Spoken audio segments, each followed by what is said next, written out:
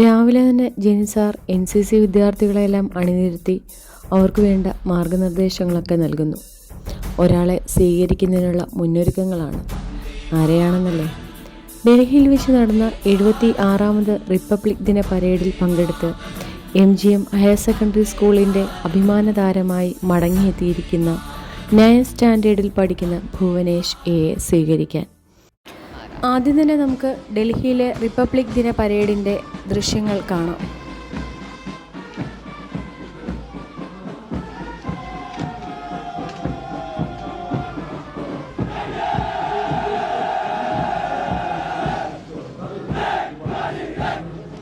Proud, loud and strong, the Senior Division Boys Contingent Commander, Senior Under Officer Prasad Prakash Vaikul of Maharashtra Directorate, leading this 148 boys strong cadet marching contingent.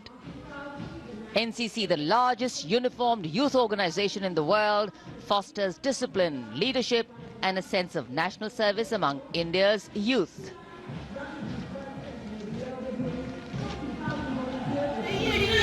അഭിമാനത്തോടെ പ്രിയ ഭുവനേഷിനെ MGM കുടുംബത്തിലേക്ക് ഞങ്ങൾ സ്വാഗതം ചെയ്യുന്നു. ഏറ്റവും ആദരണീയായ Shrimati mini teacher ഇപ്പോൾ ഹാരമണിയിച്ച് ആദരവ് അർപ്പിക്കുന്നതാണ്, അനുമോദനങ്ങൾ അർപ്പിക്കുന്നതാണ്. Congratulation Bhuvanesh.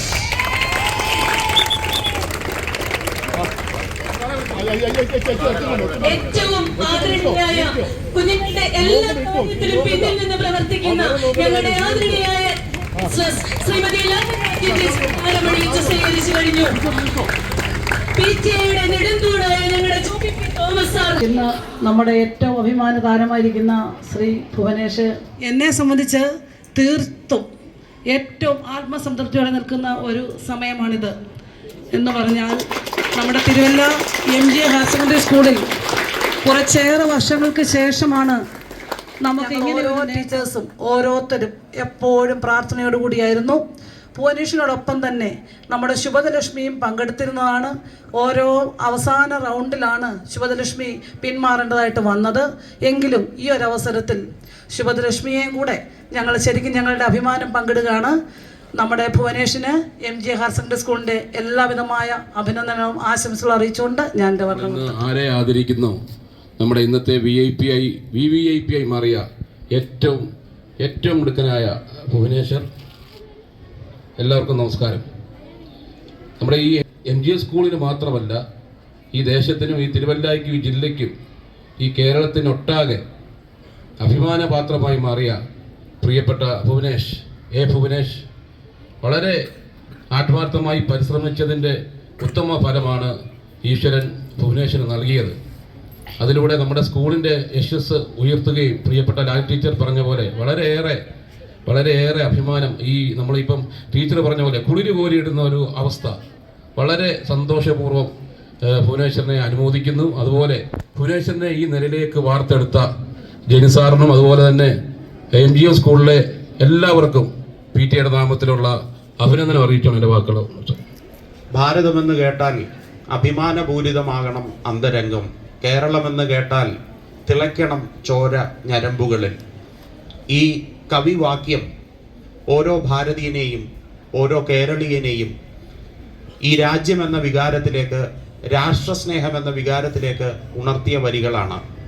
കേരളത്തെ പ്രതിനിധീകരിച്ച് ഭാരതത്തിൻ്റെ തലസ്ഥാന നഗരിയിൽ കേരളത്തിൽ നിന്ന് തിരഞ്ഞെടുക്കപ്പെട്ട വളരെ വിരളം ആളുകളിൽ ഒരാളായി രാഷ്ട്രത്തിൻ്റെ എൻ്റെ കുട്ടിയാണ് ഭുവനേഷ്. ഓരോ ക്യാമ്പിലും പോകുമ്പം, ക്യാമ്പിൽ പോയാലും ക്ലാസ് ഒരുപാട് മിസ്സായിട്ടുണ്ട്. പക്ഷേ ഏറ്റവും ഇഷ്ടമുള്ള വിഷയം ഫിസിക്സ്, കെമിസ്ട്രി, മാത്സ് ആണ്. ഇപ്പം ക്യാമ്പിൽ പോയാലും ഈ 3 വിഷയങ്ങൾ വന്ന് പരീക്ഷ എഴുതുമായിരുന്നു. എന്നോട് അമ്മയും ഭുവനേഷും പ്രത്യേകം ചോദിച്ച് ഈ വിഷയങ്ങൾ പരീക്ഷ എഴുതുകയും അതിന് A+ കരസ്ഥമാക്കുകയും ചെയ്തിട്ടുണ്ട്. ഡൽഹിയിലായിരുന്നപ്പോഴും ഓരോ ക്യാമ്പിന് പോയിട്ട് വരുമ്പോഴും വളരെ സന്തോഷത്തോടെ എന്നെ ഓരോ അവസരത്തും വിളിക്കുകയും ഒരു മകൻ്റെ സ്നേഹം എനിക്ക് നൽകിയ ഭുവനേഷിന് ഭാവിയിൽ എല്ലാ അനുഗ്രഹങ്ങളും ഉണ്ടാകട്ടെ എന്ന് MGM-ന്റെ പ്രിയപുത്രന് MGM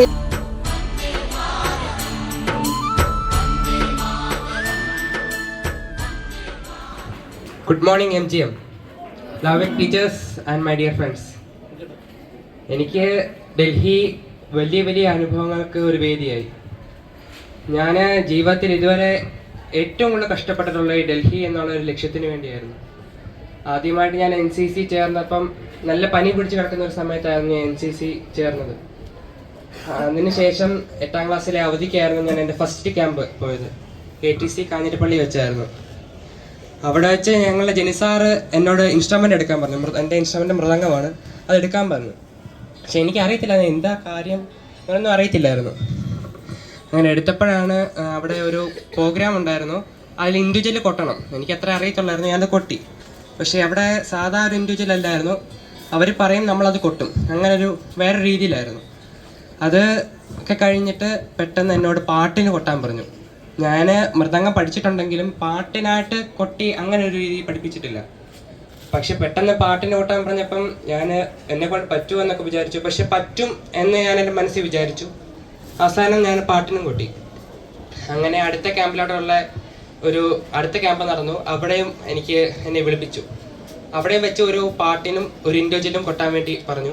അങ്ങനെ ഈ NCC ആണ് എൻ്റെ മൃദംഗത്തിൻ്റെ ആദ്യത്തെ വേദിയായത്. ഞാൻ ഇതിനു മുമ്പ് എൻ്റെ മൃദംഗം ഇതിനു മുമ്പ് ഒരു വേദി ഞാൻ കൊട്ടിയിട്ടില്ല. അങ്ങനെ തുടർച്ചയായ ഒരുപാട് ക്യാമ്പുകൾ ഇങ്ങനെ വന്നു.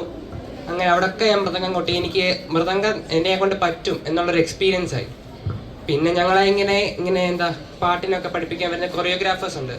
അവരൊക്കെ കഴിഞ്ഞ പ്രാവശ്യം IGC അറ്റൻഡ് ചെയ്തവരായിരുന്നു. അപ്പോൾ IGC എന്നുള്ളത് ഒരു വലിയ ക്യാമ്പാണ്, അവിടെ എത്തണം എന്നായിരുന്നു എൻ്റെ ഒരു ലക്ഷ്യം. അപ്പം അങ്ങനെ ഒരുപാട് ക്യാമ്പുകളുടെ പരിശീലനം കാരണം ഞാൻ IGC വരെ എനിക്ക് എത്താൻ പറ്റി. പക്ഷെ IGC എത്തിയപ്പോഴാണ് മനസ്സിലായത് IGC അല്ല, ഇതിൻ്റെ ടോപ്പായിട്ടുള്ള RDC ആണ്.